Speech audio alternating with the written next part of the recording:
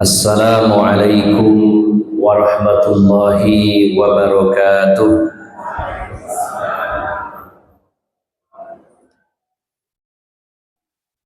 Alhamdulillahi rabbil alamin, wa bihi nasta'inu ala umuri dunya waddin. Wassalatu wassalamu ala ashrafil anbiya'i wal mursalin wa ala alihi wa sahbihi ajma'in. Faqad qala Allah ta'ala fi kitabihil karim, ya ayyuhalladzina amanu taqullaha haqqa tuqatih wa la tamutunna illa wa antum muslimun, amma ba'd.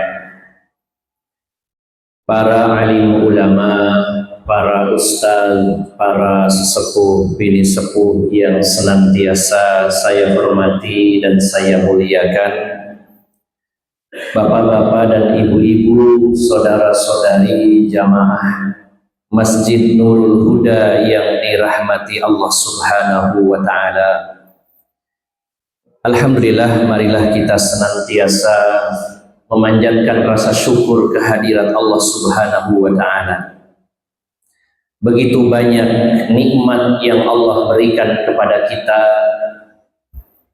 bahkan nikmat-nikmat yang rutin kita dapatkan, yang seringkali kita lupa untuk mensyukurinya.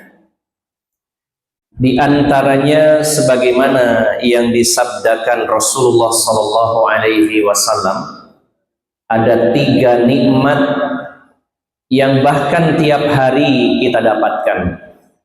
Beliau bersabda, man asbaha aminan fi sirbih, mu'afan fi jasadih, wa indahu qutu yaumi, ka'annahu hizat lahud dunya.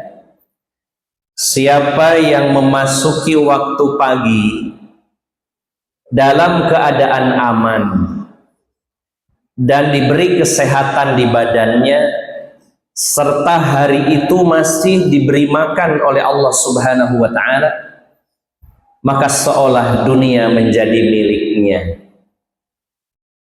Pagi hari ini Bapak Ibu jamaah sekalian, 3 nikmat itu bahkan tiap hari kita dapatkan. Merasa aman di tempat tinggal kita, tidak ada yang mengintimidasi, tidak ada trauma. Dan ini adalah nikmat yang besar. Nikmat itu seringkali terasa dan kita mengakuinya sebagai nikmat ketika Allah kurangi atau Allah hilangkan. Bagaimana saudara-saudara kita di lokasi bencana seperti Aceh, Sumatera Utara, Sumatera Barat, yang tentunya masih mengalami trauma dengan banjir yang dahsyat seperti itu. Setiap hujan pasti kepikiran, bagaimana kalau banjir bandangnya datang lagi. Sedangkan kita di sini dalam keadaan aman, bangun tidur merasa aman. Ini adalah nikmat yang rutin kita dapatkan, namun seringkali kita lupakan. Mu'afan bi jasadi, diberi kesehatan, terutama di badan kita. Alhamdulillah pada pagi hari ini bisa hadir di masjid, berarti sehat badannya. Berapa banyak saudara kita yang hari ini saat ini terbaring di rumah sakit dengan berbagai selang menempel di badannya, tidak bisa hadir di sini dalam keadaan sakit. Allah berikan kesehatan pada pagi hari ini kepada kita semuanya. Dan diberi makan tiap hari, alhamdulillah. Saya yakin Bapak Ibu saya yang hadir di sini tiap hari tidak pernah sampai kelaparan, tidak pernah sampai kehabisan stok makanan. Tiap hari ada makanan yang kita makan. Ini baru 3 nikmat yang biasa kita dapatkan, yang kadang kita lupa mensyukurinya. Padahal Bapak Ibu yang dimuliakan Allah Subhanahu wa ta'ala, nikmat itu bisa hilang, dan supaya tidak hilang harus diikat. Para ulama menyatakan bahwa nikmat itu bisa berkurang, bahkan hilang, Dan supaya tidak hilang harus diikat. Diikatnya dengan apa Bapak Ibu sekalian? Diikat dengan rasa syukur kehadirat Allah Subhanahu wa ta'ala. Maka diistilahkan oleh para ulama, tetapnya nikmat itu dengan kata baqaul mawjud. Salah satu hikmah, fadilah, keutamaan syukur adalah baqaul mawjud. Nikmat itu akan selalu ada. Nikmat itu akan selalu Allah berikan kepada kita jika kita pandai mensyukurinya. Alhamdulillah pada pagi hari ini Allah pertemukan kita semuanya di dalam majelis yang dibarokahi oleh Allah Subhanahu wa ta'ala. Acaranya dibarokahi. Kemudian tempatnya adalah rumah Allah, tempat yang dibarokahi. Dan waktunya juga waktu yang penuh barokah, di mana Rasulullah Shallallahu Alaihi Wasallam bersabda, mendoakan kita sebagai umatnya, Allahumma barik li ummati fi bukuriha. Ya Allah, berikan barokah untuk umatku di waktu pagi harinya. Barokah artinya zada khairuhu, bertambah kebaikan-kebaikan yang Allah berikan kepada kita. Pada pagi hari ini acaranya diberkahi oleh Allah insya Allah. Tempat ini adalah rumah Allah, tempat yang dibarokahi. Dan juga waktunya adalah waktu yang diberkahi oleh Allah Subhanahu wa ta'ala. Semoga kita semuanya senantiasa mendapatkan limpahan barokah dari Allah Subhanahu wa ta'ala. Bapak Ibu yang dimuliakan Allah Subhanahu wa ta'ala, hadirnya kita di majelis ilmu, di pengawasan seperti ini merupakan upaya terbesar agar kita istiqomah di atas Islam, istiqomah di atas hidayah. Istiqomah ini sebuah amalan yang besar pahalanya, namun sangat berat. Bahkan ketika Rasulullah SAW menerima perintah dari Allah untuk istiqomah, muncul uban di kepala beliau. Kalau kita merujuk kepada kitab Imam Tirmizi, salah satu kitab beliau adalah yaitu kitab tentang ciri fisik Rasulullah SAW secara lengkap, yang diberi judul Syama'ilun Nabi SAW. Di antaranya beliau membawakan satu riwayat bahwa saat Rasulullah Muhammad SAW wafat, uban yang ada di kepala beliau itu tidak lebih dari 20 lembar.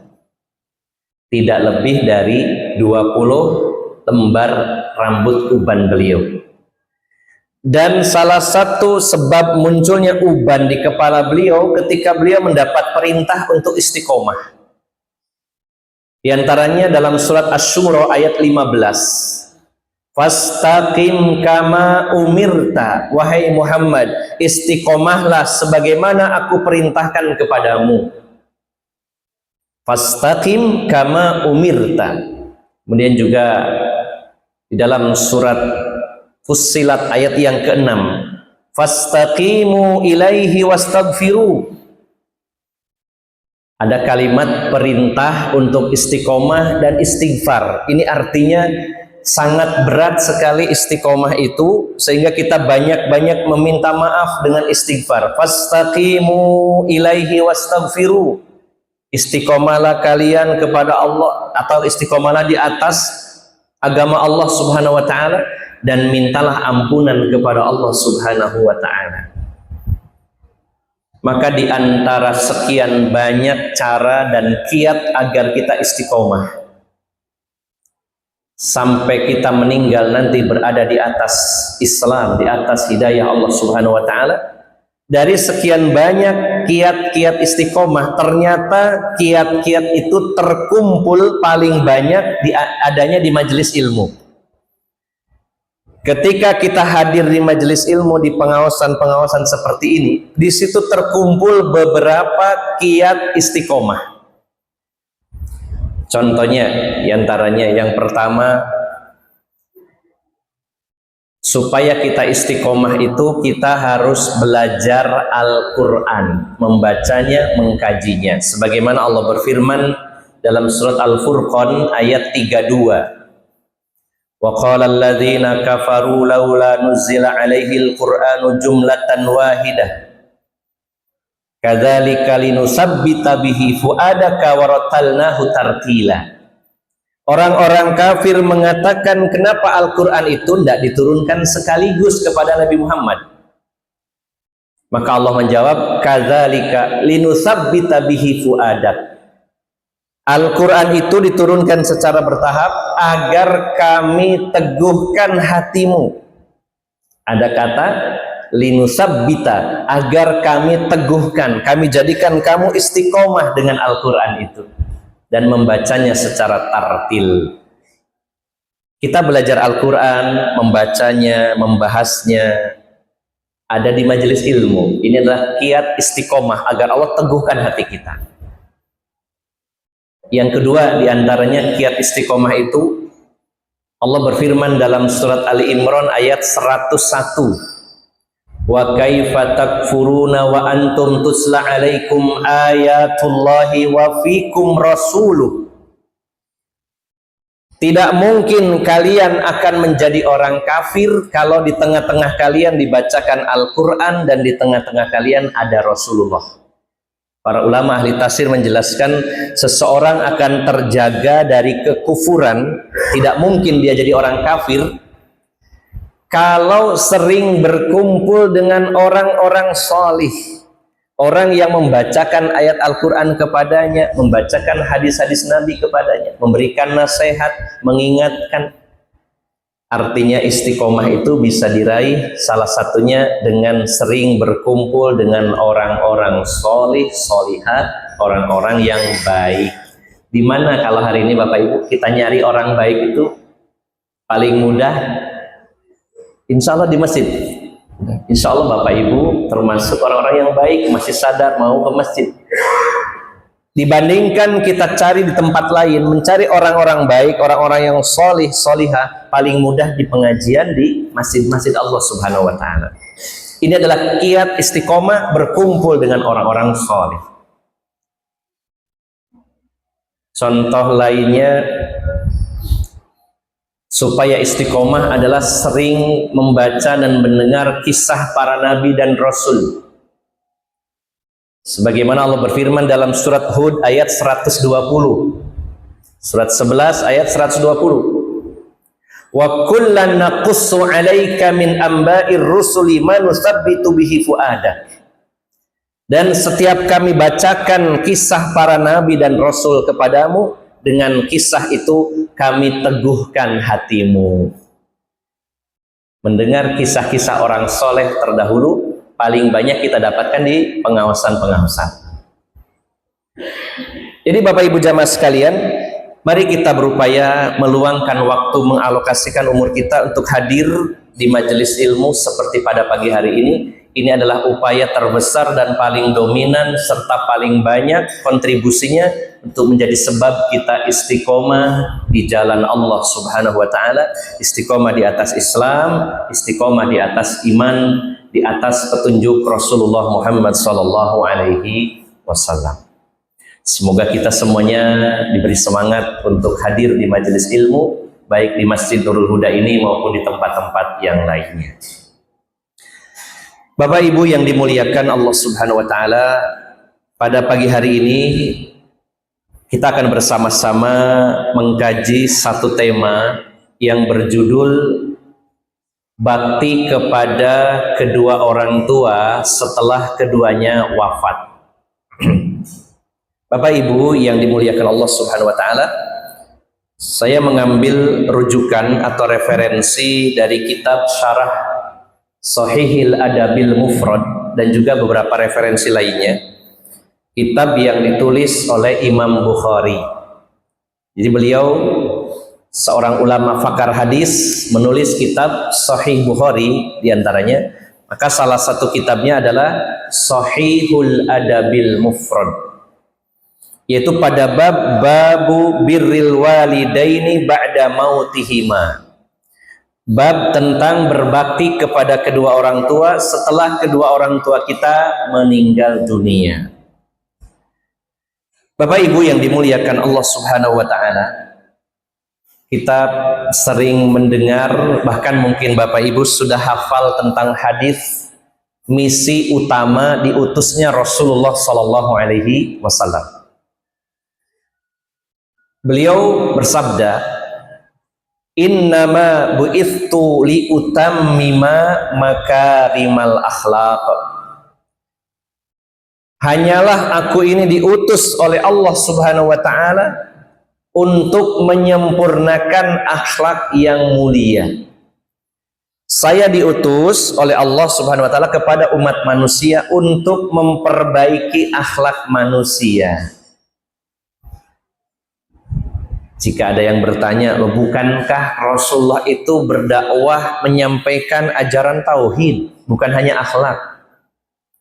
Bapak Ibu jamaah sekalian, para ulama membagi akhlak itu targetnya menjadi 3. Kepada siapa kita berakhlak? Yang pertama, akhlak kepada Allah Subhanahu wa ta'ala. Ini adalah akhlak yang paling harus kita utamakan. Adab akhlak kepada Allah Subhanahu wa ta'ala. Di antaranya salah satunya adalah dengan mentauhidkan Allah Subhanahu wa ta'ala, mengesahkan Allah Subhanahu wa ta'ala. Kalau orang itu berbuat syirik, menduakan Allah, berarti tidak punya akhlak kepada Allah Subhanahu wa ta'ala. Sehingga masuk ajaran tauhid dalam akhlak kepada Allah ini. Yang kedua, akhlak kepada Rasulullah Muhammad sallallahu alaihi wasallam dengan mencintai beliau, dengan mengikuti ajaran beliau, dengan menghidupkan sunnah beliau, dengan banyak bersolawat atas beliau. Ini adalah akhlak dan adab kepada Rasulullah Muhammad sallallahu alaihi wasallam. Barulah yang ketiga, adab dan akhlak kepada sesama manusia. Nah, Bapak Ibu, kalau bicara akhlak baik kepada manusia, manusia ini banyak sekali. Lalu kepada siapa kita harus berbuat baik yang dikatakan secara prioritas? Manusia ini banyak, ada orang tua, ada anak, ada saudara, ada kerabat, ada tetangga, ada teman, ada orang-orang yang sesuku, sebangsa dan setanah air, bahkan ada manusia yang sama-sama tinggal di bumi. Begitu banyak. Lalu di antara seluruh manusia ini, siapa yang paling harus didahulukan mendapatkan kebaikan kita? Berdasarkan petunjuk Rasulullah sallallahu alaihi wasallam, ada beberapa redaksi hadis yang maknanya sama. Salah satunya ada seorang laki-laki datang kepada Rasulullah sallallahu alaihi wasallam. Dia bertanya, "Ya Rasulullah, wahai Rasulullah, man ahakkun nasi bihusni sahabati?" Ya Rasulullah, manusia itu kan banyak, kita harus berbuat baik kepada mereka. Siapa di antara manusia itu yang paling berhak mendapatkan kebaikan saya? Kalau saya harus berbuat baik kepada manusia, kan banyak. Nah, siapa yang diprioritaskan? Siapa yang paling berhak mendapatkan kebaikan saya? Rasulullah menjawab, ummuka, ibumu. Di antara seluruh manusia, ibu kamu yang paling kamu dahulukan, paling banyak mendapatkan kebaikan kamu. Summaman, setelah itu siapa lagi wahai Rasulullah? Kata Rasulullah, ummuka, ibumu. Setelah itu siapa lagi wahai Rasulullah? Ummuka, 3 kali. Summa abuka, kemudian bapakmu. Barulah orang yang lain. Ibumu, ibumu, ibumu, lalu bapakmu, baru yang lain. Tapi jangan salah paham, terutama bapak-bapak. Wah, ini ibumu, ibumu, ibumu. Nanya sama anaknya, sampean berbakti paling utama sama siapa? Ibu. Siapa lagi? Ibu. Terus siapa lagi? Ibu. Terus bapak. Ibu ping piro? 3. Lah ibumu piro? 1. Kurang piro? Kurang loro. Wah, ini namanya mempolitisasi dalil. Berarti ibu sampean baru 1, kurang 2 nek ngono. Ya wis tak sampai nona ibu. Jadilah gegeran gitu. Bukan maksudnya 3 ibunya, tapi kebaikan kita 3 kali lipat lebih banyak kepada ibu daripada kepada ayah. Bukan berarti kita ini tidak berbakti kepada ayah, tapi kelipatannya lebih banyak ibu. Apa alasan dibalik semua ini? Mengapa kebaikan kita harus lebih banyak kepada ibu daripada ayah? Para ulama menjelaskan bahwa kata kuncinya ada pada khidmah. Khidmah dari seorang ibu. Khidmah itu pelayanan ibu kepada anak, itu jauh lebih banyak daripada ayah. Tentu kita tidak mengabaikan jasa seorang ayah yang menjadi kepala rumah tangga, bertanggung jawab dunia akhirat, yang menafkahi anak dan istrinya siang dan malam, menjaga, mengayomi, menjadi pelindung dari keluarganya. Jasanya besar. Tetapi kalau urusan khidmah ini pelayanan kepada anak, ibu ini paling banyak. Ada perbedaan pastinya Bapak Ibu. Contoh perbedaan yang mana apa yang dilakukan ibu tidak bisa dilakukan ayah. Yang pertama, mengandung. Mengandung, ayah tidak ada yang mengandung anak. Ibu mengandung anak-anak. 9 bulan 10 hari. Wahnan ala wahnin, kesusahan di atas kesusahan, semakin besar semakin susah. Kalau semakin besar, ibu-ibu pasti pernah merasakan melumah niku nggih abot, mengkurep nggih sesak. Yang masuk hamil mengkurep Bu. Miring nggih pegel. Itu 9 bulan, terutama di bulan-bulan terakhir. Dan itu tidak dirasakan oleh ayah, ibu merasakannya. Waktu melahirkan bersimbah darah antara hidup dan mati, perjuangan yang sangat keras. Berapa banyak di antara ibu-ibu yang meninggal karena saat melahirkan, dan itu tidak dilakukan oleh seorang ayah. Kemudian sewu menyusui. Bahkan saat kecil yang paling banyak melayani anak itu ibu. Tengah malam, bapaknya tidur nyenyak, ibu masih melean, minta mimi anaknya. Kalau pipis Bu, yang paling banyak ganti popok itu ibu atau bapak? Ibu-ibu. Kadang bapak-bapak gendong putranya sendiri ya, hiburan pulang kerja gendong, habis itu pipis, yang dipanggil siapa? Istrinya. Bu, ya anakmu Bu, loh itu anak sampean barang Pak.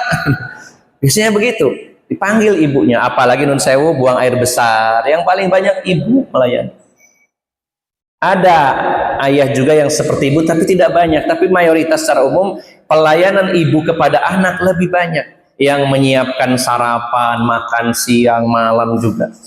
Dari kecil, dari mulai di kandungan sampai anak besar itu, Masya Allah, seorang ibu itu kasih sayangnya itu tidak ada batasnya. Nah, maka wajar jika Rasulullah mengatakan, siapa di antara manusia yang harus mendapatkan kebaikan saya lebih dulu? Ibumu baru bapak. Nah, Bapak Ibu jamaah sekalian, berbakti kepada orang tua Allah tempatkan perintahnya setelah tauhid, sebagaimana Allah berfirman dalam surat Al-Isra ayat 23, wa qada rabbuka alla ta'budu illa iyyah wa bil walidaini ihsana. Dan Allah perintahkan, wa qada rabbuka alla ta'budu illa iyyah, dan Allah memerintahkan agar kita ini tidak beribadah kecuali hanya kepada Allah. Wabil walidaini ihsana, dan berbuat baik kepada kedua orang tua. Ditempatkan oleh Rasulullah, oleh Allah Subhanahu wa taala, perintah bertauhid kepada Allah, kemudian setelah itu perintah berbakti kepada orang tua, menunjukkan betapa besarnya pahala bakti kepada orang tua itu. Termasuk juga Rasulullah sallallahu alaihi wasallam dalam hadis riwayat Bukhari menempatkan secara sejajar amalan-amalan besar ketika beliau ditanya oleh seorang sahabat, amali ahabbu ilallah? Amal apakah yang paling dicintai oleh Allah? Rasulullah menjawab, as-salatu ala waktiha, salat di awal waktu. Yang kedua, birrul walidain, berbakti kepada kedua orang tua. Yang ketiga, al jihadu fisabilillah, jihad di jalan Allah Subhanahu wa taala. Rasulullah menempatkan secara sebanding sholat di awal waktu ini amalan yang mulia, berbakti kepada orang tua, bahkan jihad di jalan Allah disetarakan, artinya unda-undi pahalanya. Nah, Bapak Ibu jamaah sekalian, tentu panjenengan Bapak Ibu sudah sangat paham betapa besarnya pahala berbakti kepada orang tua. Namun ada di antara kita, bahkan mungkin yang hadir pada pagi hari ini mayoritas, mungkin orang tua kita sudah tiada, sudah meninggal dunia. Barangkali ada mungkin di antara kita yang waktu kecil orang tuanya sudah meninggal.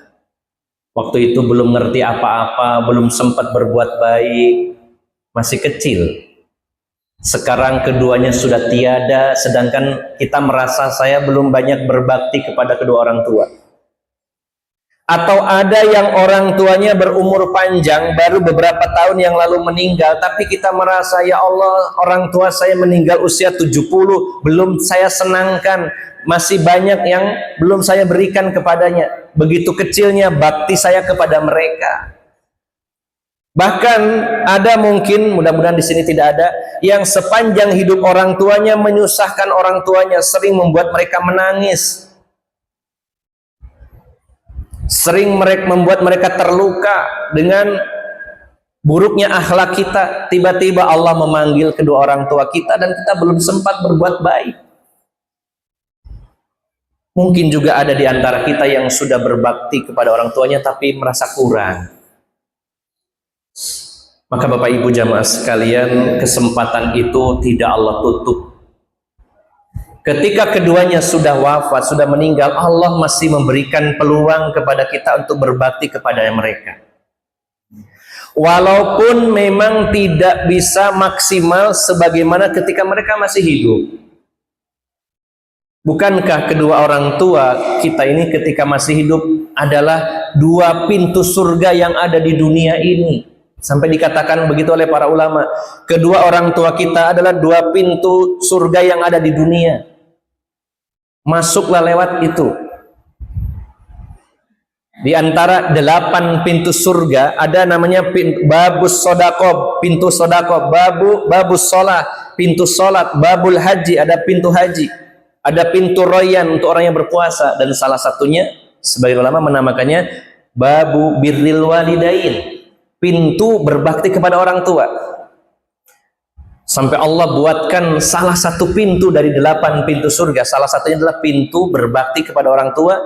Siapa yang waktu hidupnya berbakti kepada orang tua dapat fasilitas, salah satunya masuk surga lewat pintu babu birril walidain. Dan ketika keduanya masih hidup, kesempatan berbakti semakin besar, seolah mereka adalah dua pintu surga yang ada di dunia ini. Ketika salah satunya kembali ke hadirat Allah Subhanahu wa taala, salah satunya meninggal, maka tinggal tersisa satu pintu lagi.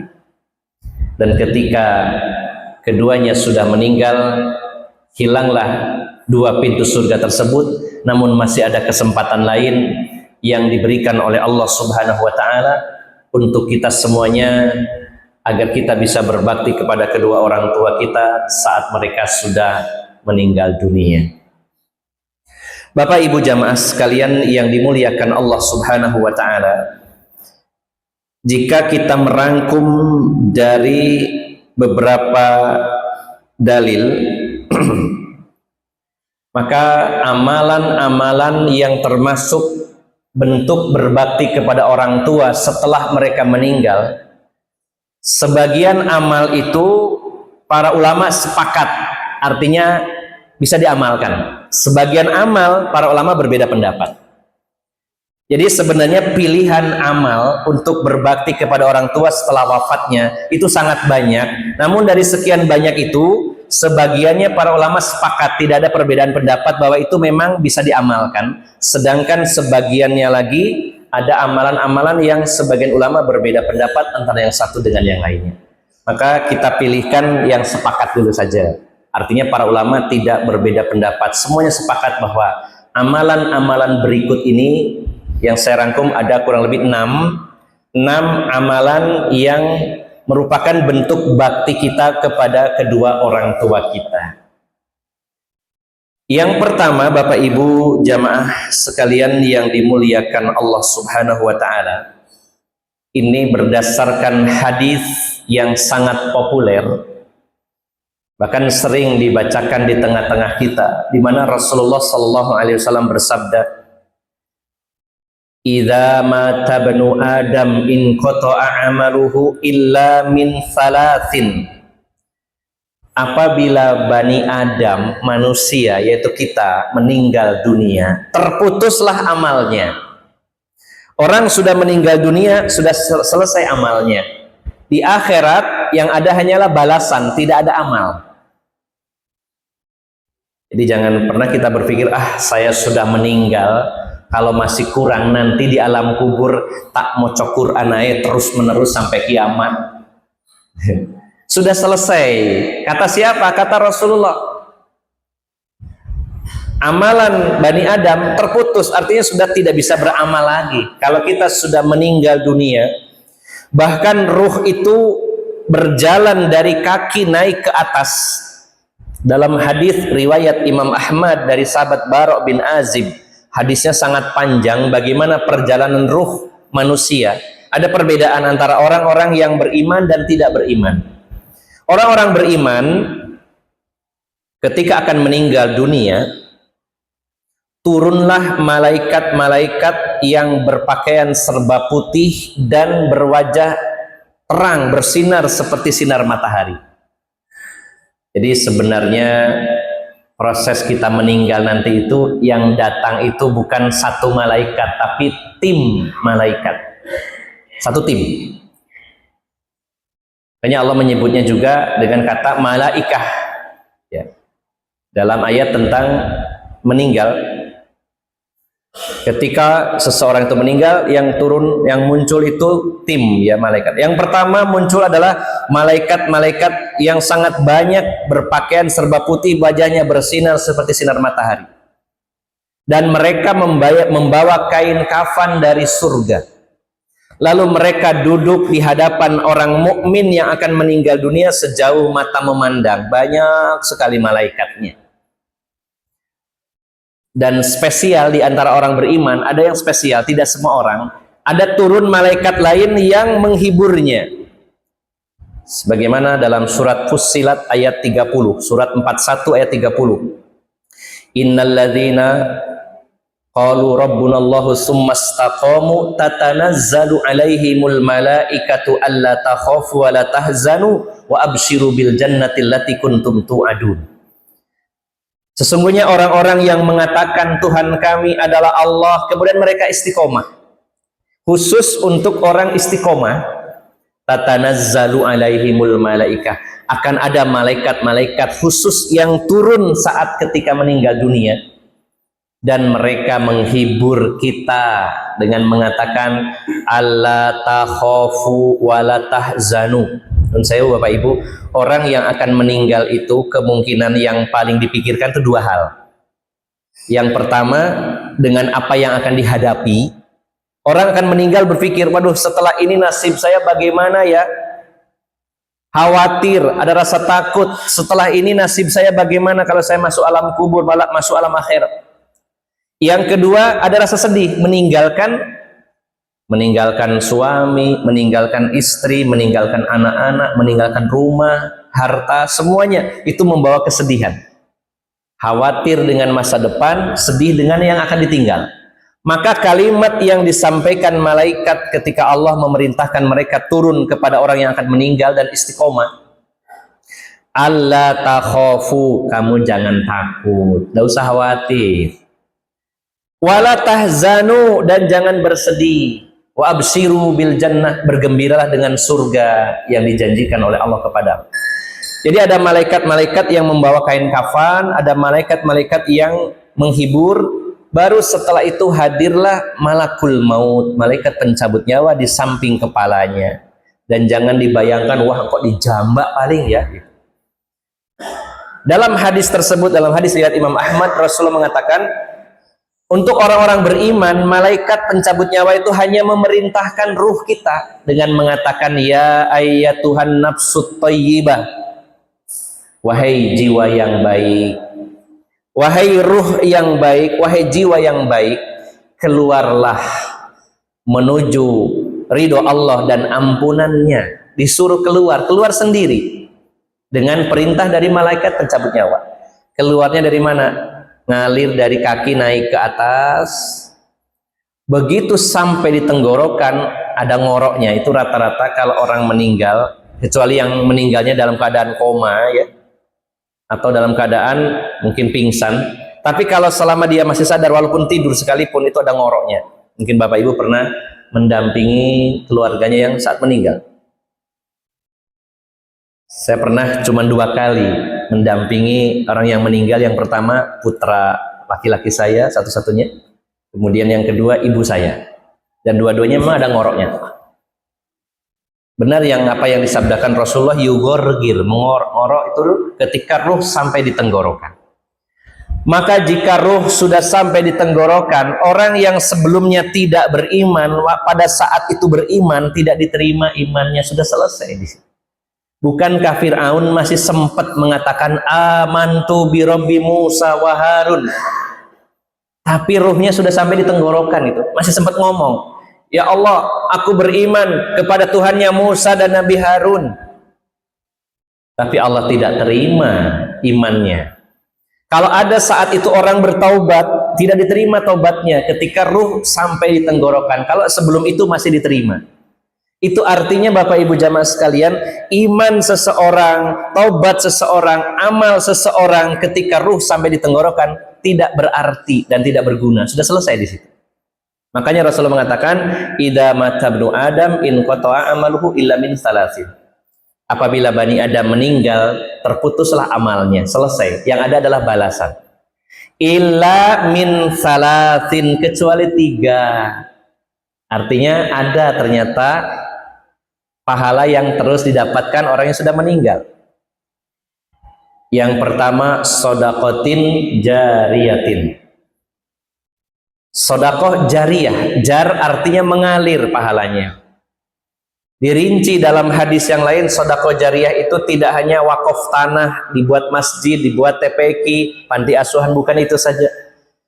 Orang yang menanam pohon, meninggal, pohonnya tumbuh, berbuah, bermanfaat bagi masyarakat sekitarnya, pahalanya ngalir terus. Orang yang membuat sumur, ya, kemudian airnya keluar untuk masjid, untuk masyarakat sekitarnya, pahalanya terus mengalir selama airnya mengalir terus.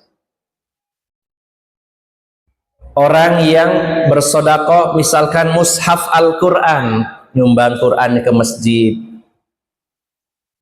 Insya Allah hari Selasa saya menyusul teman-teman relawan ke Aceh.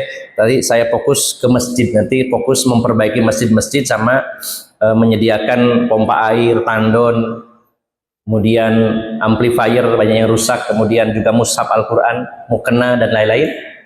3 pekan pertama teman-teman di sana fokus ke logistik. Hari ini pun masih ke logistik, makan, minum, tapi kita mulai fokus supaya masjid-masjid hidup kembali, adzan berkumandang, banyak orang sadar, kita fokus ke masjid. Ini juga salah satu peluang untuk sedekah jariyah, berupa sumur, berupa fasilitas air dan sebagainya. Ya, maka ini insya Allah akan menjadi pahala jariyah kita yang mengalir terus selama itu digunakan. Nah, jadi walaupun tidak bisa beramal, tidak bisa dapat pahala, ada pengecualian, yaitu sedekah jariyah kita. Yang kedua, au ilmin yuntafa'u bih, ilmu yang bermanfaat. Kita pernah mengajarkan kepada orang tentang tata cara sholat, orangnya sholat terus, pahalanya ngalir terus, apalagi orang itu mengajarkannya lagi kepada orang lain, semakin banyak pahala kita. Yang ketiga, au waladin salihin yad'ulah, atau anak yang solih yang mendoakan kedua orang tuanya. Nah, Bapak Ibu jamaah sekalian, kalau orang tua kita sudah wafat, sudah tiada, semakin sering kita berdoa untuk mereka, minta kepada Allah, minta diampuni dosa-dosanya, diterima amal baiknya, diluaskan, dilapangkan kuburnya, diterangi kuburnya, semakin sering, semakin bahagia mereka. Pada saat ini orang tua kita yang sudah meninggal itu sangat menantikan doa-doa kita, Bapak Ibu jamaah sekalian. Jangan sesekali doanya, tiap hari Bapak Ibu. Itu sangat membahagiakan mereka. Mereka menantikan doa kita kepada Allah Subhanahu wa taala untuk kebaikan-kebaikan mereka. Dan ini adalah bentuk berbakti kepada kedua orang tua dengan banyak-banyak mendoakan mereka. Mari Bapak Ibu selalu sisipkan di antara doa-doa kita yang lainnya. Kita meminta kepada Allah kebaikan-kebaikan dunia dan akhirat kita, juga minta kebaikan untuk orang-orang yang sudah meninggal termasuk orang tua kita. Ini sangat bermanfaat dan ini adalah bentuk bakti kita kepada kedua orang tua kita. Kemudian yang kedua, Bapak Ibu jamaah sekalian, saya mengutip ada beberapa hadis, salah satunya hadis dari Abu Hurairah. Ini sampai Abu Hurairah ini benar-benar berharap orang lain pun mendoakan ibunya, karena beliau juga yang meriwayatkan hadis-hadis ini. Dari Abu Hurairah, di mana Rasulullah SAW telah bersabda, ini hadis riwayat Bukhari, karena memang dalam kitab Sahihul Adabil Mufrad karya Imam Bukhari. Rasulullah bersabda, turfa'u lil mayyiti ba'da mautihi darajatuhu fayaqulu ay rabbi ayu syai'in hadhihi fayuqalu waladuka istaghfarolaka. Mayit itu diangkat derajatnya oleh Allah Subhanahu wa taala. Dalam hadis yang lain ada orang masuk surga, dia kaget, loh perasaan amal saya itu sedikit ya Allah, kenapa surga yang saya tempati begitu tinggi? Dalam hadis Bukhari disebutkan surga itu ada 100 tingkat. Yang paling tinggi surga Firdaus, dan itu ditempati para nabi termasuk Rasulullah Sallallahu Alaihi Wasallam. Surga yang tingkat ke-99, ketika melihat istananya Rasulullah terlihat seperti bintang berkelap-kelip jauh. Nah, kira-kira Bapak Ibu dan saya ingin di tingkat yang berapa, Bu? Jangan berselera rendah. Gak apa-apa, sing penting mlebu swarga, mesti level paling nisor ya gak apa-apa. Kata Rasulullah, surga yang paling bawah itu 100 kali nikmatnya orang yang paling nikmat di dunia. Nabi Sulaiman itu ya kaya, ya raja, ya nabi. Bayangkan. Beliau tuh betul-betul bukan hanya kaya, ya, saking kayanya Nabi Sulaiman itu, batu-batu yang berharga, batu-batu yang bernilai, ya, permata, mungkin jenis-jenis batu indah yang lainnya, mungkin yang senang aki ini tahu, ada zamrud, ada kecubung, apa gitu ya, itu hanya buat hiasan di depan rumah, kayak batu koral kita ini. Kalau kita ada batu-batu di halaman itu kan batu koral ya. Dan Nabi Sulaiman itu batu-batu mulia, sangat kaya. Bukan hanya kaya, karena ada kaya tapi tidak punya jabatan. Ini sudah kaya, jadi nabi, kemudian jadi raja. Masya Allah. Nah, surga yang level terbawah, dan ini diantaranya akan ditempati orang yang terakhir dikeluarkan dari neraka, dan orang ini yang terakhir masuk surga. Salah satunya akan menghuni surga yang paling bawah ini. Ada 100 tingkat, maka kita harus berselera tinggi. Kata Rasulullah, idza sa'altumullahal jannata fas'alil jannatal firdaus. Kalau kalian minta surga kepada Allah, sekalian kalau minta itu surga Firdaus. Jangan tanggung-tanggung. Nah, ada orang yang merasa amalnya itu sedikit, tapi ditempatkan Allah di surga yang sangat tinggi. Orang ini berkata, ayu rabbi ayu syai'in hadhihi. Wahai Tuhanku, kenapa saya bisa naik di surga yang begitu tinggi derajatnya ya Allah? Ini apa yang terjadi dengan saya? Perasaan amal saya itu biasa-biasa saja. Maka fayuqalu, dikatakan kepadanya, waladuka istaghfarolaka, ini karena anak-anakmu memintakan ampunan untukmu selama ini. Bukan hanya doa, kalau doa minta kebaikan, minta diterima amal baiknya, diampuni dosanya dan sebagainya. Tambahkan mintakan ampunan secara khusus. Termasuk dengan doa Allahumma gfirli zunubi li wali walidaya. Karena diawali dengan kalimat Allahumma gfirli.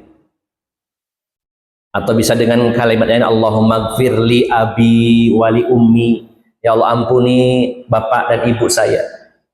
Wah, kalau nggak bisa bahasa Arab pakai bahasa Jawa. Nun saya Gusti nyuwun ampuni bapak kulo ibu kulo. Ada apa-apa.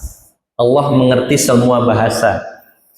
Jadi yang kedua, bakti kita kepada orang tua, selain itu kebaikan bagi orang tua, kita yang melakukannya dapat pahala juga. Pahala apa? Pahala berbakti. Kita berdoa untuk orang tua, kita dapat pahala. Pahalanya apa?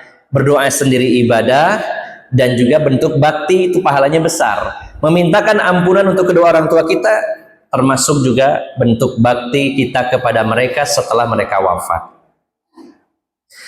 Bahkan seorang tabi'in, Muhammad bin Sirin, pernah berkata, ini seorang tabi'in. Tabi'in itu orang-orang yang bertemu dengan para sahabat Nabi, walaupun satu orang, mereka dalam keadaan beriman, meninggal di atas iman. Itu tabi'in. Tidak bertemu Rasulullah, tapi bertemu dengan salah satu atau beberapa sahabat. Muhammad bin Sirin, seorang tabi'in, pernah berkata, kunna inda Abi Hurairah lailatan. Saya pernah bersama Abu Hurairah satu malam. Di satu malam saya bersama Abu Hurairah. Dan saya mendengar Abu Hurairah berdoa kepada Allah. Doanya, Allahumma gfir li Abi Hurairah wali ummi wali man istaghfara lahuma. Ya Allah, ampunilah ayahnya Abu Hurairah, ya, dan ampuni ibunya Abu Hurairah, ibuku, dan juga ampuni pula orang-orang yang memintakan ampunan untuk kedua orang tua saya. Saking baktinya Abu Hurairah, dan ini kita sangat ingin ya, termasuk orang yang mendapatkan doanya Abu Hurairah. Abu Hurairah sudah wafat, tapi beliau pernah berdoa. Sebagaimana tadi Rasulullah sudah wafat, tapi pernah berdoa untuk kita. Allahumma barik li ummati fi bukuriha. Ya Allah, berikan barokah untuk umatku di waktu pagi hari. Maka doa itu berlangsung sampai hari ini, sampai hari kiamat. Akan diberi barokah untuk umatnya Rasulullah di waktu pagi hari. Sebaiknya banyak beraktivitas yang positif di waktu pagi hari. Nah, Abu Hurairah saking cintanya kepada orang tuanya, selain memintakan ampunan kedua orang tuanya, beliau meminta kepada Allah waktu itu, dan didengar oleh seorang tabi'in, doanya itu juga meminta ampunan, yaitu waliman istaghfara lahuma. Ya Allah, ampuni dosa orang-orang siapapun dia yang memintakan ampunan untuk kedua orang tua saya. Kalau ada di antara umatnya Rasulullah SAW itu memintakan ampunan untuk kedua orang tua saya, semoga dia juga diampuni oleh Allah. Yang minta Abu Hurairah, sahabat mulia. Beliau adalah sahabat yang menempati ranking pertama paling banyak meriwayatkan hadis-hadis Nabi SAW.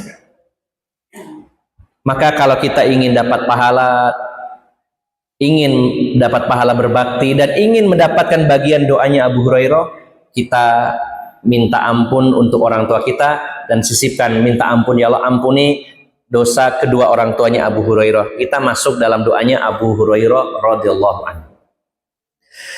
Ini yang kedua, Bapak Ibu. Kemudian yang ketiga, yaitu memenuhi janji atau wasiat kedua orang tua kita. Pemberian harta atau pemindahan hak milik, kalau dikategorikan secara umum itu ada tiga. Yang pertama hibah, yang kedua wasiat, yang ketiga waris. Hibah ini luas. Hibah artinya pemberian. Ini bisa sodakoh termasuk di dalamnya, memberi hadiah juga termasuk di dalamnya. Hibah itu memindahkan hak milik berupa harta, di mana pemberinya masih hidup. Ya. Kepada siapa? Kepada siapapun, baik kepada ahli waris ataupun non ahli waris dengan jumlah yang tidak ditentukan. Ini namanya hibah. Memindahkan hak milik atau memberikan harta, pemberinya masih hidup, yang diberi baik itu ahli waris ataupun non ahli waris, siapapun. Dan jumlahnya tidak dibatasi, terserah. Ya seperti kita sekarang mau ngasih uang kepada siapapun bebas. Berupa hadiah, berupa sodako, atau hibah secara umum bisa. Jumlahnya tidak terbatas, tidak dibatasi. Ini namanya hibah. Sedangkan wasiat adalah pesan dari seseorang ketika masih hidup agar hartanya diberikan kepada seseorang kalau nanti dia sudah meninggal. Dan seseorang yang menerimanya harus non ahli waris, bukan ahli waris. Itu namanya wasiat. Jadi ada orang mengatakan, tolong nanti kalau saya meninggal, tolong berikan mobil saya kepada si fulan, si fulan, si fulan. Maka baru diberikan ketika orangnya sudah meninggal. Sebelum orangnya meninggal tidak diberikan. Dan yang menerimanya harus non ahli waris, bukan ahli waris. Dan jumlahnya dibatasi maksimal 1/3 dari harta, tidak boleh lebih. Kalau diberikan terlalu banyak, kasihan ahli warisnya nggak dapat nanti. Jadi kalau ada orang yang punya mungkin putri tunggal, punya anak cuma satu-satunya perempuan, maka dia dapat warisan separuhnya, bukan semuanya, separuhnya. Yang separuhnya kemana? Ya, kalau ada orang tua dapat, kalau tidak ada larinya ke saudara-saudara dari pemilik harta. Nah, ada orang yang merasa khawatir, ada teman ini pengusaha, punya anak perempuan tiga-tiganya perempuan. Kalau perempuan lebih dari 2, maka 2/3 dibagi untuk semua anak perempuan. Nah, kalau cuma 1, separuh. Lalu sisanya kemana? Untuk saudara. Nah, ada orang sampai khawatir, nanti kalau saya meninggal, anak saya kan perempuan, nanti yang dapat adik saya nggak rela gitu. Bagaimana ya? Apa boleh saya hibahkan sekarang? Ya boleh. Diberikan kepada anaknya semua? Boleh. Tapi bukan warisan itu. Dan pada saat penyerahan itu, orang tuanya sudah nggak punya hak lagi. Sudah diserahkan. Terserah kebaikan dari anaknya. Anaknya masih mau memberi kepada orang tuanya atau tidak. Ini namanya wasiat. Wasiat itu diberikannya nanti setelah meninggal. Tapi kalau hibah saat masih hidup. Nah, kalau wasiat ini maksimal 1/3 dan diberikan kepada non ahli waris. Maka jika orang tua kita pernah berwasiat atau punya janji, punya nazar yang belum dipenuhi, bentuk bakti kita kepada mereka kita harus penuhi. Orang tua saya dulu itu sudah berniat ingin ibadah haji. Sudah berniat. Belum kesampaian, meninggal. Maka kita yang menghajikannya. Pahalanya untuk orang tua. Karena sudah ada niat. Orang tua saya itu sudah rencana tahun depan mau korban sapi, ternyata meninggal, maka anaknya atau ahli warisnya yang berkorban, pahalanya untuk orang tua. Ini bisa seperti ini. Ini namanya pesan, ya, janji. Termasuk nazar-nazarnya, selama itu untuk kebaikan, maka harus dipenuhi oleh anak-anaknya, dan itu adalah bentuk bakti mereka kepada orang tua mereka. Yang pertama doa, yang kedua istighfar, yang ketiga memenuhi janji dan wasiat dari kedua orang tua. Kemudian yang keempat yaitu menjalin tali silaturahim dengan kerabat ayah dan ibu kita. Barangkali ada tali silaturahim yang terputus, orang tua kita sudah meninggal, kasihan, belum sempat nyambung kembali. Kita sebagai anak yang menyambungnya. Mungkin pernah putus hubungan dengan saudaranya ayah, mungkin dengan bibinya, dengan siapa saja di antara kerabat. Orang tua kita memutus tali silaturahim, belum sempat menyambung kembali, keburu meninggal. Kita sebagai anaknya, sebagai bentuk bakti, membantu menyambungkan tali silaturahim orang tua kita. Ini yang keempat. Kemudian yang kelima, yaitu berbuat baik kepada teman-teman ayah dan ibu kita. ada teman ayah, teman ibu yang masih hidup. Dulunya mereka bestie gitu ya, berteman. Nah, kita sambung kembali. Bahkan pernah ada satu kisah Ibnu Umar. Ibnu Umar ini sahabat yang dikenal paling disiplin mencontoh Rasulullah SAW.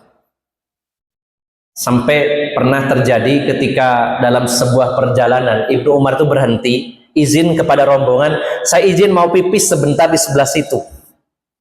Loh, kenapa harus di situ? Karena dulu pernah saya berjalan bersama Rasulullah, Rasulullah pipis di lokasi itu. Walaupun ini bukan harus ya, tapi beliau disiplin.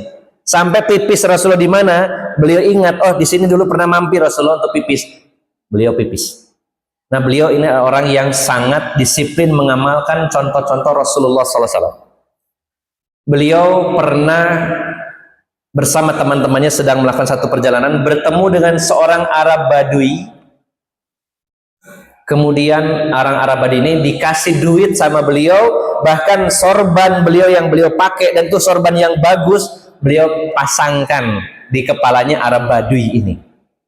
Sampai teman-temannya heran, wahai Ibnu Umar, kan dikasih 1 dirham sudah cukup, tidak usah berlebihan. Apa kata Ibnu Umar? Orang tadi adalah anak dari seseorang yang ayahnya itu teman ayah saya, temannya Umar. Ayah saya Umar punya teman. Nah, teman ini punya anak, anaknya saya berbuat baik kepadanya. Bahkan bukan kepada orang tuanya, kepada anaknya, menyambung pertemanan. Ini adalah bentuk bakti kita kepada orang tua kita. Yang terakhir, Bapak Ibu jamaah sekalian yang dimuliakan Allah Subhanahu wa taala, yang terakhir sebagaimana hadis riwayat Bukhari dari sahabat Ibnu Abbas. Beliau bercerita, anna rajulan qala, ada seseorang bertanya kepada Rasulullah SAW. Di sini tidak disebutkan namanya, tapi dalam riwayat lain disebutkan namanya adalah Sa'ad bin Ubadah. Sa'ad bin Ubadah.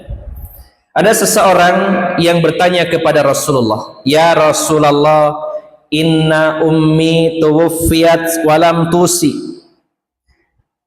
Ibu saya sudah meninggal dan dia tidak berwasiat, tidak berpesan apapun. Jadi Bapak Ibu, kalau ada orang berpesan ingin mengamalkan sesuatu, amal apa saja, kalau meninggal kita lakukan amal tersebut, pahalanya untuk orang tersebut sampai. Tapi ini kasusnya adalah Sa'ad bin Ubadah mengatakan, ibu saya meninggal begitu saja dan tidak ada wasiat, tidak ada pesan apapun kepada saya untuk mengamalkan ini, itu nggak ada. Afayan fa'uha an atasaddaqu anha, wahai Rasulullah, apakah boleh saya bersodakoh uang saya, pahalanya untuk ibu saya? Rasulullah menjawab, na'am, ya boleh. Hadis riwayat Bukhari. Dalam hadis yang lain dilanjutkan oleh Sa'ad bin Ubadah, kalau memang boleh pahalanya untuk ibu saya, sodakoh apa yang terbaik ya Rasulullah? Kata Rasulullah, sodakoh air, nyumbang masjid minuman, ini termasuk sodakoh air. Ya. Ngebor sumur untuk masyarakat atau untuk masjid, ini sodakoh air.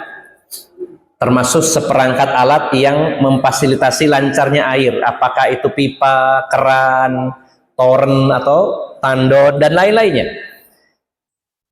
Maka Bapak Ibu jamaah sekalian, bentuk bakti kita kepada orang tua kalau sudah meninggal, sering-sering sodakoh, pahalanya untuk mereka. Usahakan Bapak Ibu, misalnya saya mungkin, kalau kita terbiasa, saya biasa sodakoh Jumat berkah, hari Jumat sodakoh misalkan 100.000, saya biasa sodakoh 100.000, ya. Maka mulai Jumat depan saya sodakoh, niatnya yang 50.000 sodakoh saya, yang 50.000 untuk kedua orang tua saya. Itu kalau rutin bertahun-tahun sampai kita meninggal, Masya Allah pahalanya untuk orang tua kita besar, kitanya dapat pahala bakti, kita juga pahala sodakoh, pahala berbakti kepada orang tua. Hanya membedakan apa niatnya. Biasanya niat sodakoh untuk kita sendiri, kita bagi. Ini harus jadi kebiasaan Bapak Ibu. Ada momen sodakoh, sempatkan berapa persennya, saya niatkan itu untuk orang tua saya. Niatkan untuk orang yang kita cintai yang sudah meninggal. Apakah sampai pahalanya? Sampai. Siapa yang bilang? Rasulullah Sallallahu Alaihi Wasallam. Bahkan setiap orang kan beramal pahalanya untuk orang tersebut. Ya, ada pengecualian. Kalau yang dikecualikan Rasulullah, maka kita ikuti. Ketika seorang sahabat hadis Bukhari bertanya, ibu saya meninggal tidak berpesan apapun, apakah boleh saya bersedekah? Niatnya pahalanya untuk ibu saya. Kata Rasulullah, iya boleh. Nah, silakan. Nah, jadi Bapak Ibu jamaah sekalian, ini diantara bentuk bakti kita kepada orang tua kita setelah mereka wafat. Dan kita kalau mengamalkannya, kita dapat pahala terus menerus selama kita mengamalkannya. Pahala berbakti kepada kedua orang tua yang pahalanya sangat besar walaupun keduanya sudah meninggal dunia. Saya rangkum. Yang pertama, berdoa untuk mereka, berdoa kepada Allah untuk kebaikan kedua orang tua kita. Yang kedua, memintakan ampunan, istighfar untuk mereka. Yang ketiga, memenuhi janji, nazar atau wasiat mereka. Yang keempat, menyambung tali silaturahim di antara keluarga orang tua kita. Yang kelima, berbuat baik kepada teman-teman orang tua kita yang masih hidup. Dan yang terakhir, bersedekah niat atas nama orang tua kita, pahalanya untuk kedua orang tua kita. Ini adalah perkara-perkara yang mana para ulama sepakat bahwa itu bisa kita lakukan dan tidak ada perbedaan pendapat di antara mereka. Bapak Ibu jamaah sekalian, semoga Allah Subhanahu wa taala memberikan kemudahan kepada kita untuk bisa berbakti kepada kedua orang tua kita bahkan ketika mereka sudah tiada pada hari ini. Demikian, semoga bermanfaat. Mohon maaf atas segala kekurangan. Saya kembalikan ke pembawa acara selanjutnya seperti apa. Monggo. Aqulu qauli hadza wa astaghfirullah li wa lakum.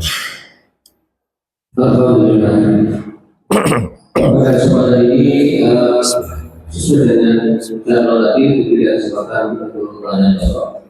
Barangkali mau saya bisa dari Bapak atau Ibu yang mau bertanya. Monggo.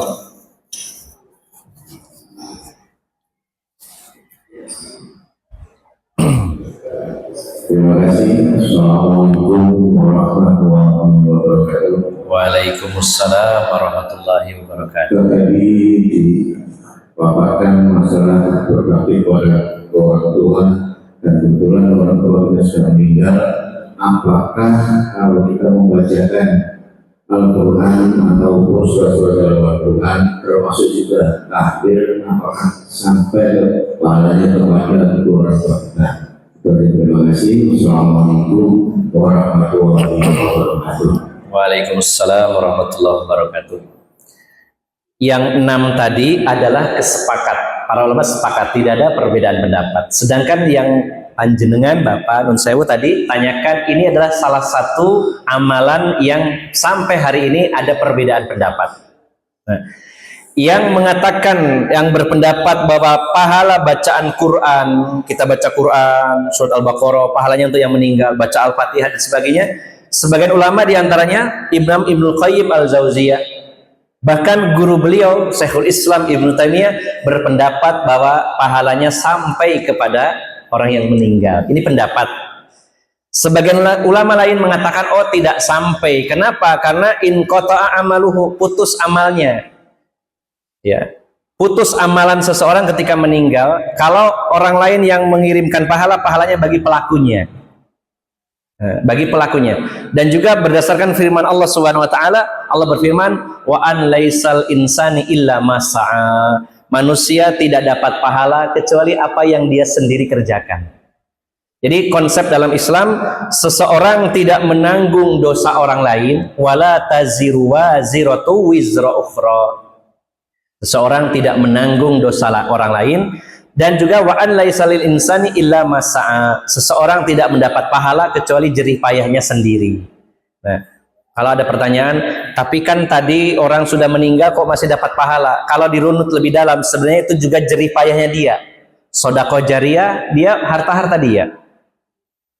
Ilmu yang bermanfaat, dia waktu hidupnya berjuang untuk menyampaikan ilmu. Anak yang soleh, hasil didikannya. Nah, jadi menurut saya Bapak Ibu jamaah sekalian, berkaitan dengan mengirim pahala bacaan Quran, apakah itu tahlil, apakah itu Al-Fatihah atau surat-surat yang lainnya, ini memang masih ada perbedaan pendapat para ulama. Ini bergantung kepada kita mau mengikuti yang mana. Ya. Dan ini tentunya tidak perlu hal seperti ini menjadi perpecahan di antara kita. Ikhtilaf, perbedaan tidak menyebabkan iftiraq, perpecahan. Karena masing-masing juga punya dasar, bahkan punya istilahnya penguat dari pendapat para ulama. Jadi kesimpulannya, jika bacaan Al-Quran, kan tadi yang masuk itu adalah doa, istighfar, kemudian sodako, okay? Kemudian yang termasuk 3 tadi, sodako jariyah, kemudian ilmu yang bermanfaat, kemudian doa anak. Nah, berkaitan dengan pahala seseorang yang dikirimkan, bukan hanya bacaan Al-Quran. Misalkan kita ibadah haji, umroh, pahalanya itu yang meninggal. Kita berkorban itu yang meninggal. Kita baca Quran itu yang meninggal. Apalagi amalan itu banyak. Saya sholat sunnah, pahalanya untuk orang tua.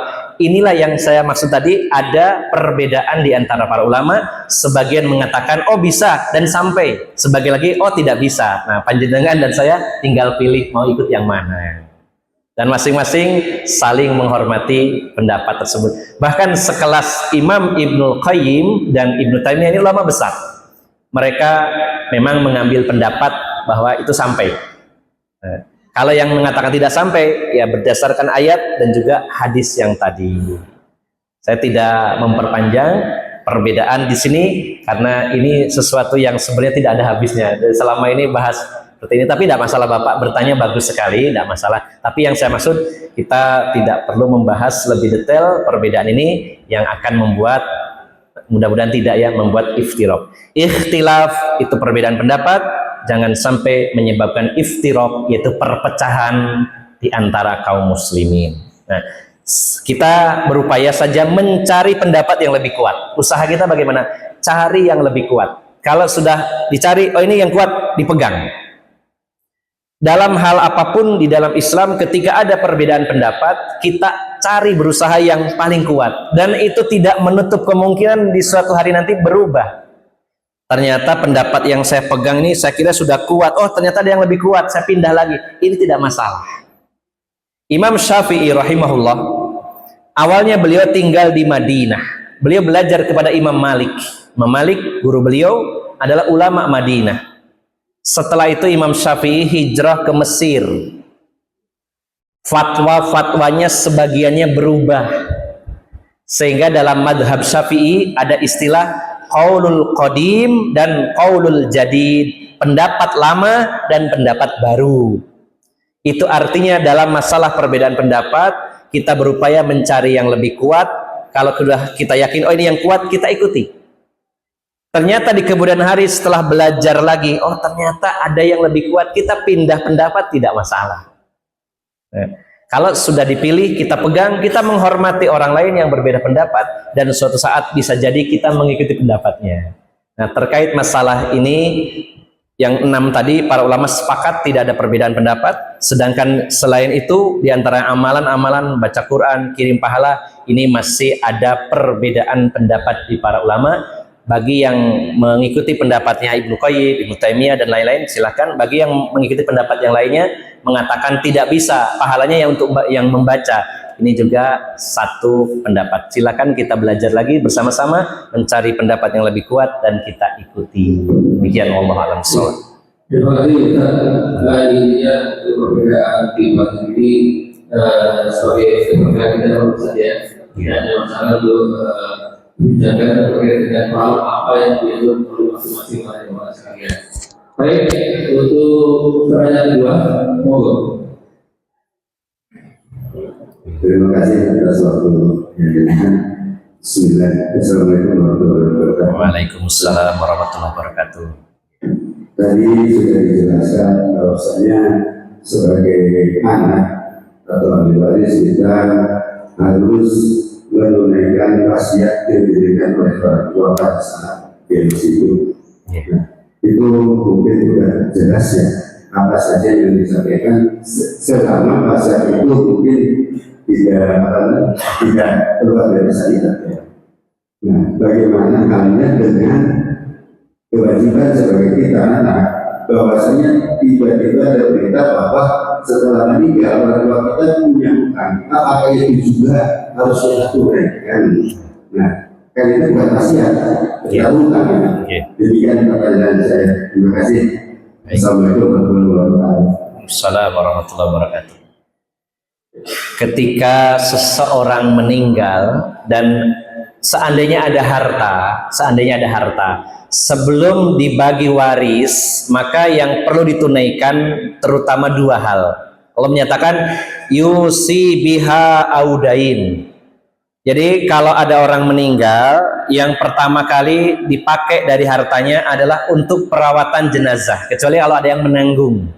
Oh, ditanggung desa, ditanggung putra-putrinya. Tapi kalau tidak ada yang menanggung, maka harta untuk perawatan jenazah, untuk memandikan, beli kain kafan, menggali kubur, itu sebenarnya harta diambil dulu dari harta si mayit. Ini yang pertama. Yang kedua, yaitu wasiat. Jadi warisan ini jangan dibagi dulu, penuhi dulu wasiat orang tua. Orang tua pernah berwasiat baik secara lisan maupun tertulis, nanti kalau saya meninggal, tolong tanah yang ada di sana itu kasihkan sama si A. Ya. Yang tanah B kepada si B.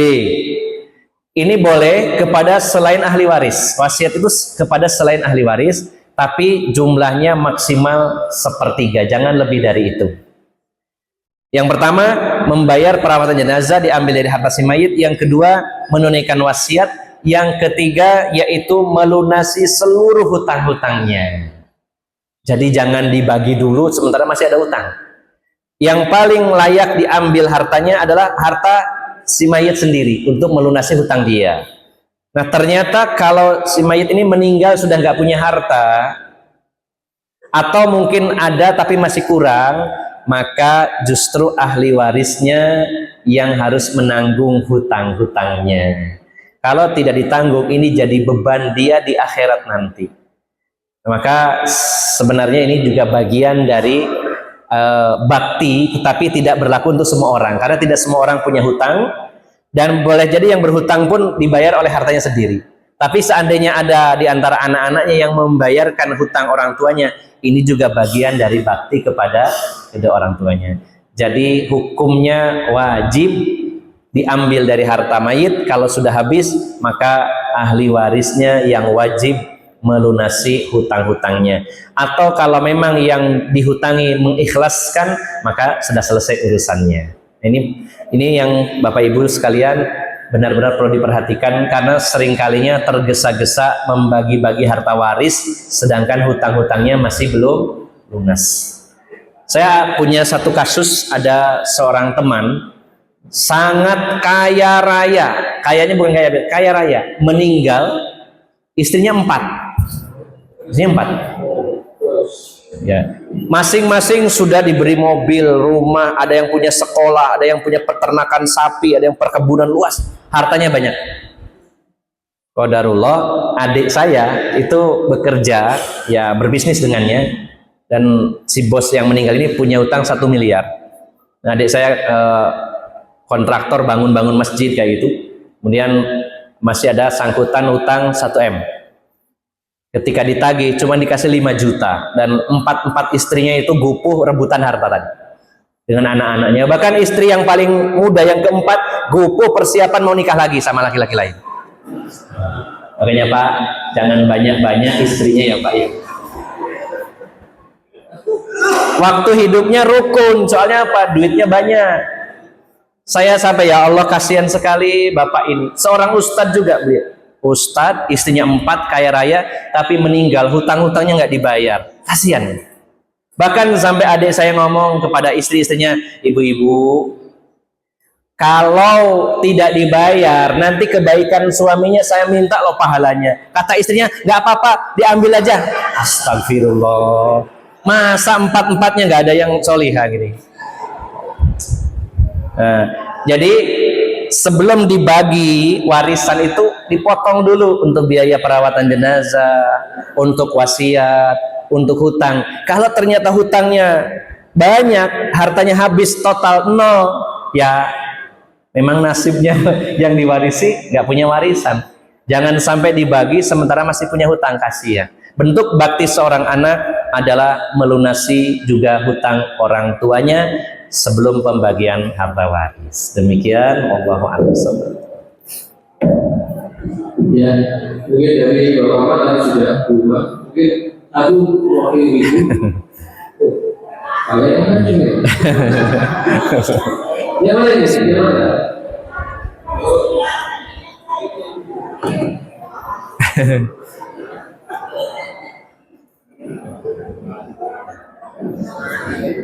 Assalamualaikum warahmatullahi wabarakatuh. Waalaikumsalam warahmatullahi wabarakatuh. Yang saya tanya adalah kalau misalnya dari sakit-sakitan itu harus Senin Kamis itu kumis saya dulu itu.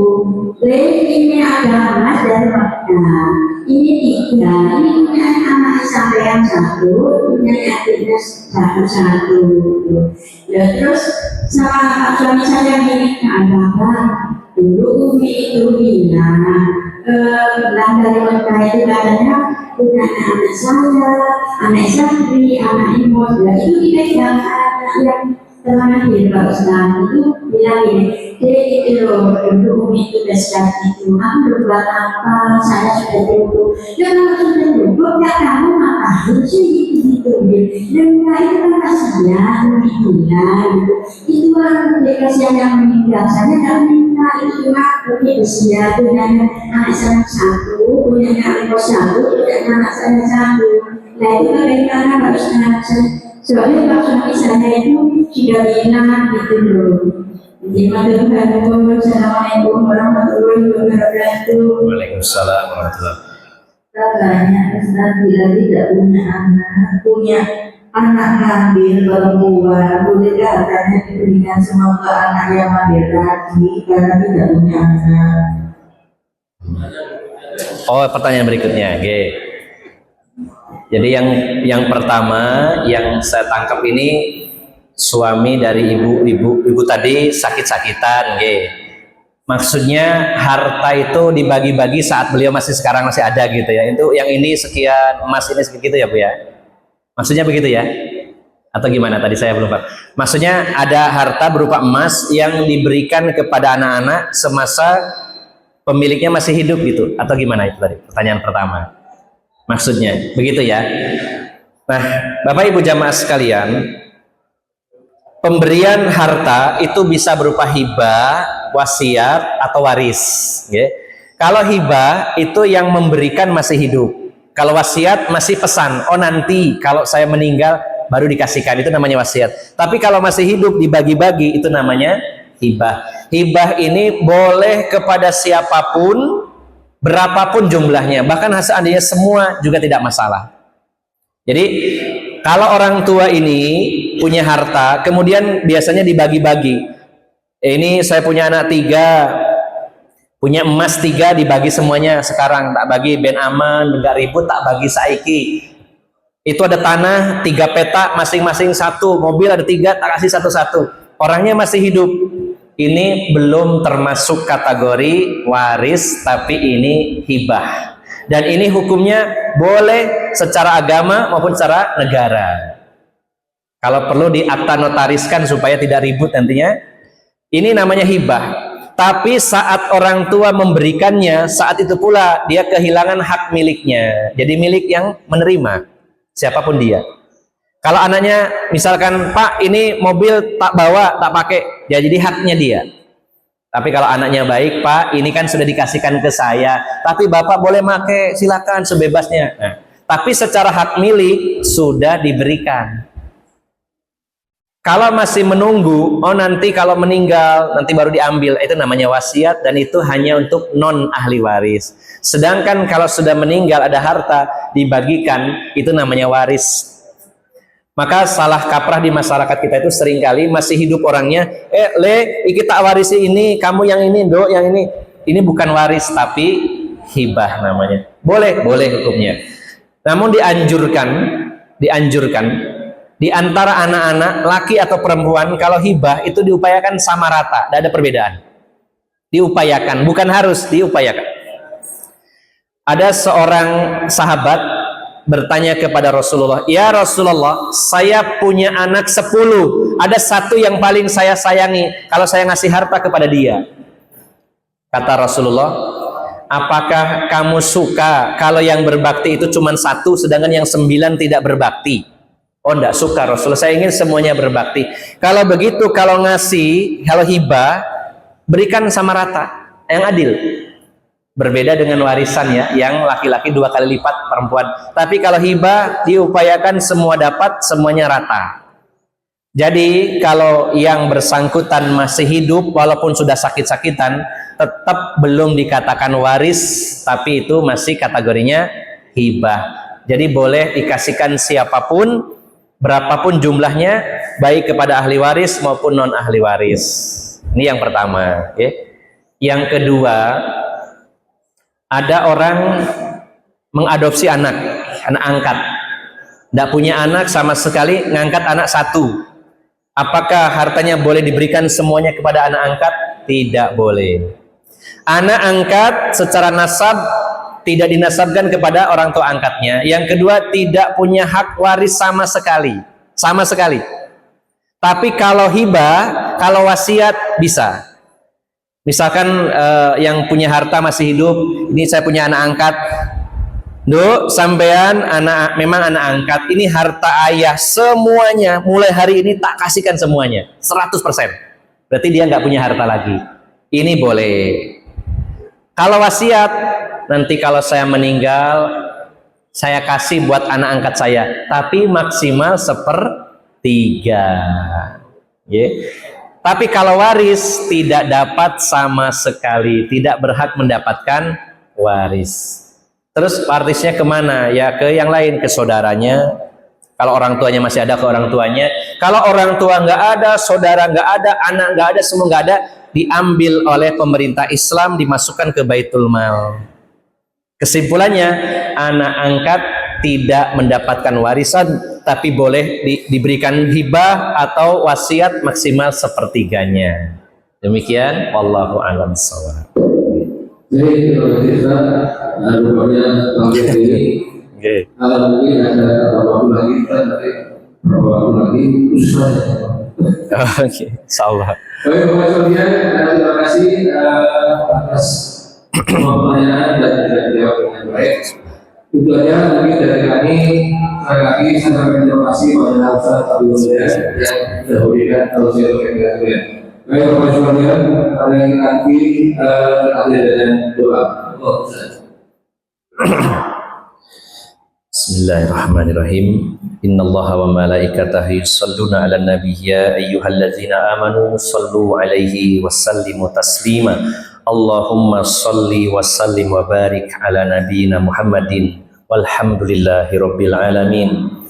Allahumma inna nas'aluka bi anna nashhadu annaka antallah la ilaha illa anta al-ahadus samadul ladzi lam yalid wa lam yulad wa lam yakul lahu kufuwan ahad. Allahumma a'inna ala zikrika wa syukrika wa husni ibadatika. Allahumma inna na'udzubika minal hammi wal hazan wal ajzi wal kasal wal jubni wal bukhl wa ghalabatid daini wa qahrir rijal. Rabbana ighfir lana dzunubana wa liwalidayna warhamhuma kama rabbayana shighara. Rabbana ighfir lana wa li ikhwanina alladzina sabaquna bil iman wa la taj'al fi qulubina ghillan lil ladzina amanu rabbana innaka raufur rahim. Rabbana hab lana min azwajina wa dhurriyyatina qurrata a'yun waj'alna lil muttaqina imama. Rabbana la tuzigh qulubana ba'da id hadaitana wa hab lana min ladunka rahmah innaka antal wahhab. Allahumma ya muqallibal qulub wal absar tsabbit qulubana ala dinik. Allahumma anta rabbuna farzuqnal istiqamah. Allahumma khtim lana bihusnil khatimah. Rabbana atina fid dunya hasanah wa fil akhirati hasanah wa qina azabannar. Subhana rabbika rabbil izzati amma yasifun, wassalamun alal mursalin, walhamdulillahi rabbil alamin. Wassalamualaikum warahmatullahi wabarakatuh. Waalaikumsalam warahmatullahi wabarakatuh. Bapak-bapak